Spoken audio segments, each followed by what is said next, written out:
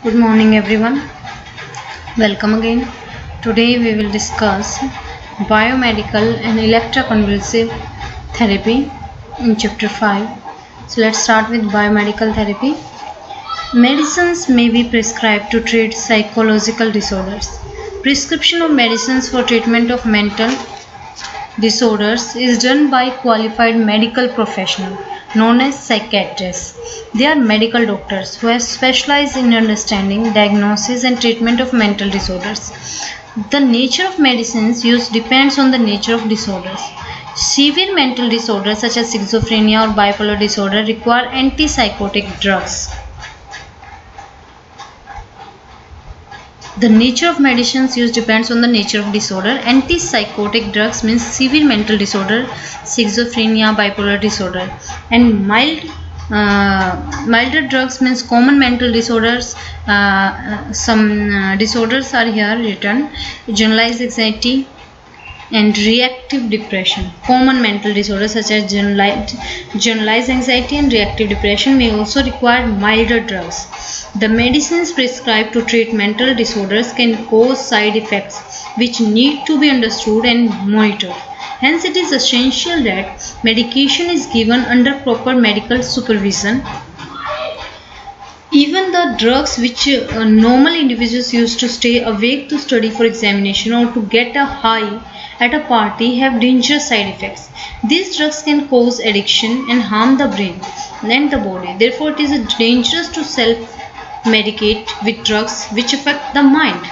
Next come to the electroconvulsive therapy means ECT.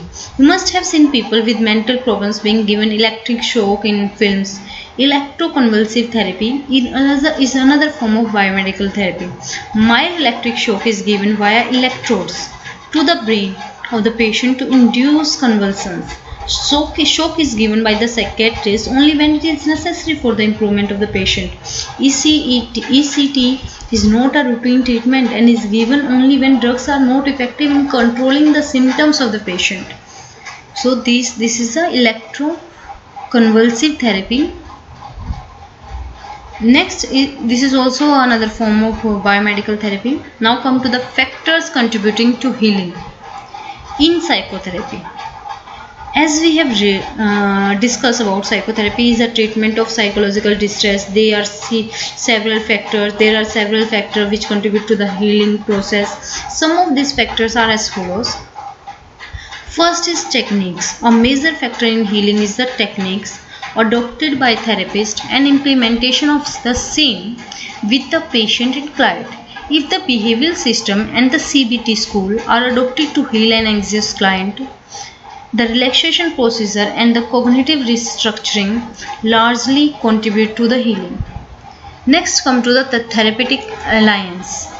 Therapeutic alliance or relationship which is formed between the therapist and the client has healing properties because of the regular availability of the therapist and the warmth and empathy and positive regard provided by the therapist.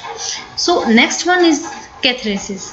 At the outset of therapy, while the patient and client is being interviewed in the initial session to understand the nature of the problem, he or she unburdens the emotional problem being faced. This process of emotional unburdening is known as a catharsis, and it has healing properties. Next come to the non-specific factors. There are several non-specific factors associated with the psychotherapy. Some of these factors are attributed to the patient or client and some to the therapist. These factors are called non-specific because they occur across different systems of psychotherapy and across different clients, patients and different therapists. Non-specific factors attributable to the client or patient are motivation for change, expectation of improvement due to the treatment. These are called patient variables. Non-specific factors attributable to the therapist are positive nature, absence of unresolved emotional conflicts, presence of good mental health. These are called therapist variables. Okay, now come to the next point: ethics in psychotherapy. Some of the ethical standards that need to be practiced by professional psychotherapists are: first is informed consent needs to be taken. we have to give all the information to the patient. Confidentiality of the client should be maintained. We have to confidential his or her record. Alleviating personal distress and suffering should be the goal of all attempt of the therapist. Next one is the integrity. Integrity of practitioner and client relationship is important. Respect for human rights and dignity is important.